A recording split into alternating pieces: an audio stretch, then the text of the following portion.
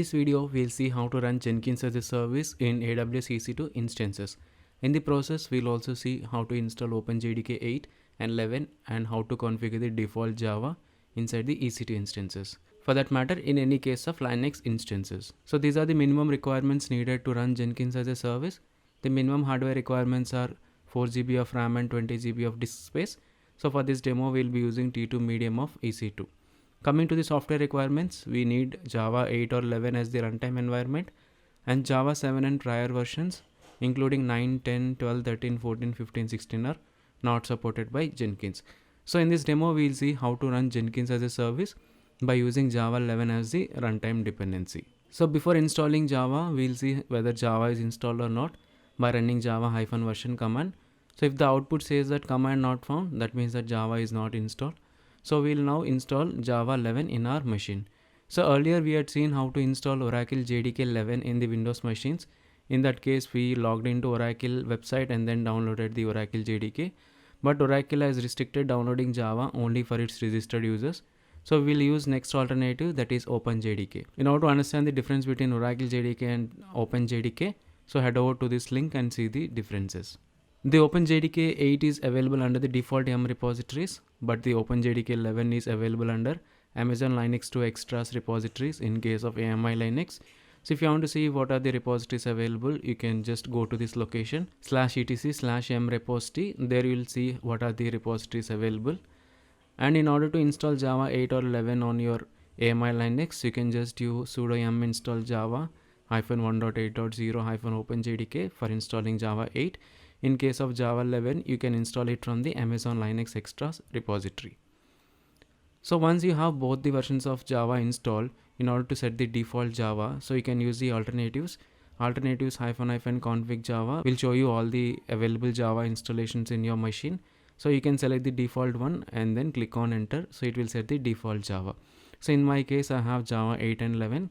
So if I wanted to use Java 11, I can use alternatives to configure Java 11 as the default Java. So once Java is installed, I can add the Jenkins repo using this link over here, and then I'll import the Jenkins key. Once everything is done, I'll use yum upgrade, and then I will install EPL release packages and Java 11.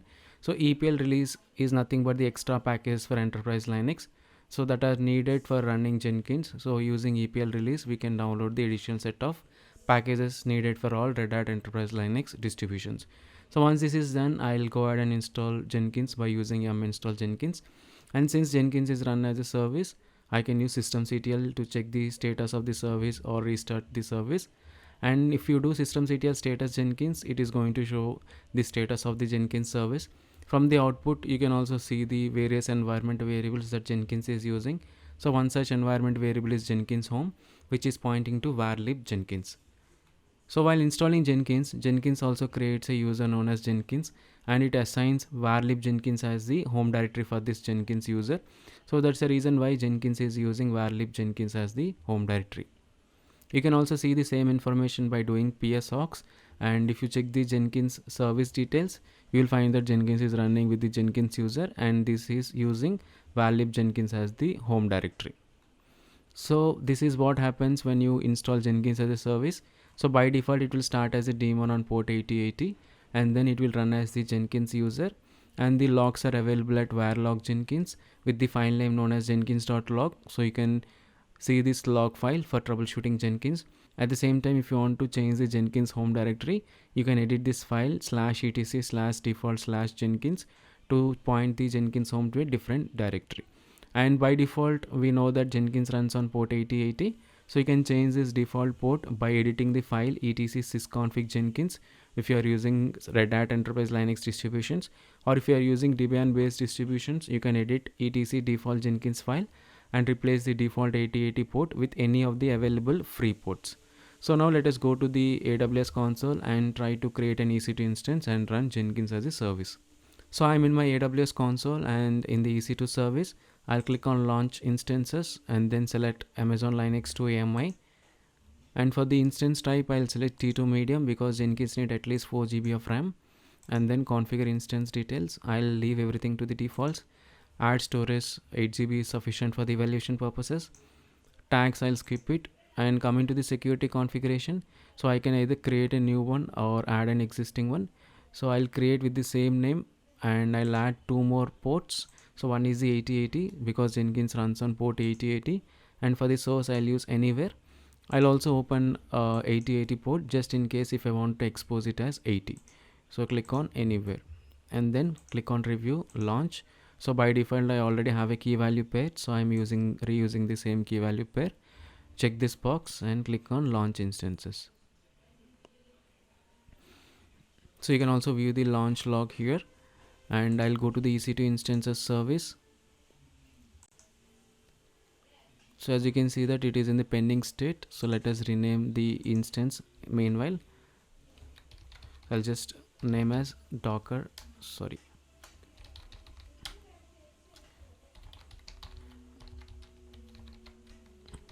this is just a name, it is not going to change the host name of your instance. So now the instance is in running state. I'll take its IP address and then using MobaXterm I'll SSH into that instance. By default I already have some saved sessions, so I'll modify the IP address of the saved sessions with the IP address of my Jenkins instance and then click on OK. So if you don't know how to use MobaXterm, do check out our other videos. Now I'm double clicking on this saved session, then I'll switch to root user. Now I'll see whether Java is installed or not by running java -version. So you can see that Java is not installed. So before installing Jenkins, I'm going to install Java 8 first. So in order to install Java 8, you can use any of the web references, or else you can just install this by running this command. So you will find this command in any of the tutorials available in the internet, or else from the official AWS documentations as well. So this is just going to install Java 8 in my machine. So now Java is installed. If I just do java -version, so this is going to give me the version of the Java that is installed, JDK that is installed. Now what I'll do is I'll go to the Jenkins official page and then go to the documentation installing Jenkins on Linux, and I'll click on Red Hat CentOS. So these are the various commands even I shown in the presentation. So I'll start with adding the Jenkins repository and importing the keys by copy pasting these 2 lines. So if you are not sure where these are exactly getting downloaded, so you can just do ls on etc yum repos.d.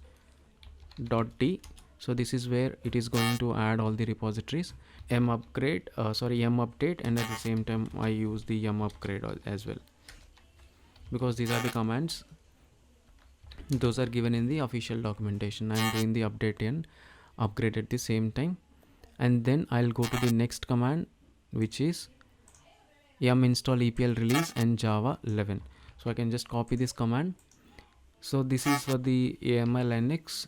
So in case of CentOS, the same commands will work, but for the AML Linux we might have to change something. So once you copy the same command that you see in the official documentation, so they may not work as expected. So as you see, there is an error when you are trying to install EPL release. So it is saying EPL release is available in AMI Linux extra topic called EPL. So in order to use it, so you have to run this command. So I'm running this command to install EPL. So as you see, these EPL related dependencies can be downloaded from these repositories.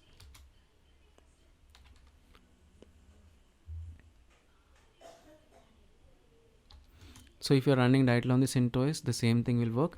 So after installing EPL, I'll also install Java 11 by just copying this package name. So it is saying develop is not there. So let us remove the develop. Even this is also not there. So let us go to the PPT. So this is the exact command. So now I'm pasting the same command. So it will remove all the previous installations and then it will going to download the latest one. Now Java is installed, but if you see version of the Java, it is going to still point to the older version 1.8. So what I can do is I can see the alternatives of Java by running alternatives -config Java. So there are two different Java installations. One is 1.8 and 11. So by default, the version that is active is 1.8. So I can change it to 2 by just selecting that particular number and clicking on enter. Now if you do java hyphen version, it should now point to java 11. So this is how you configure the defaults in the Linux instances. But if you're still not sure how these are happening underneath, so you can just select for java installation by searching which java. So this is where java is installed. But if you see the ls-l and /bin by java, you can see that it is soft linked to a different file. So this is the file. Again, if you do ls-l on this file, again you'll see that it is soft linked to some other file. So this is nothing but the installation directory of your java 11, which is exactly pointing to your java binary. So that's why /bin/java. Since I have configured alternatives to point to java 11, so it is pointing to java 11 since it is active. So if I make 1 as active, that is java 1.8 as active, by selecting that number, and then if you do ls-l on etc alternatives java, so it is going to point to a different directory now. So this is how alternatives is going to configure my alternate installations. That means that I can have different versions of java installed. At the same time, I can activate only one version. So now let us bring java 11 back as the default one by giving that name, by giving that number 2. Now if I do java hyphen version, so I'm going to see the java 11 as the default one. So now let us try to install Jenkins by using yum install Jenkins -y. So I'll go to the documentation. So in the documentation, after installing java, I have to reload the system daemon by using systemctl daemon reload. So now Jenkins is installed, so I can use systemctl daemon reload to reload the service. But if I just do systemctl status Jenkins, so that will fetch the status of my Jenkins service. So as you see, Jenkins is not in the active state, and at the same time it is disabled. So I can restart the Jenkins by using systemctl restart Jenkins. So that should start my Jenkins. By doing systemctl status Jenkins, I can now see the Jenkins as active, but it is disabled. That means it will not start at the boot time. So I can just do systemctl enable Jenkins to start at the boot time. So now we'll see where exactly Jenkins stores the logs. So we are going to go to the var log Jenkins directory. So this is where Jenkins is going to store all the logs. If you do ls, you can see the logs file.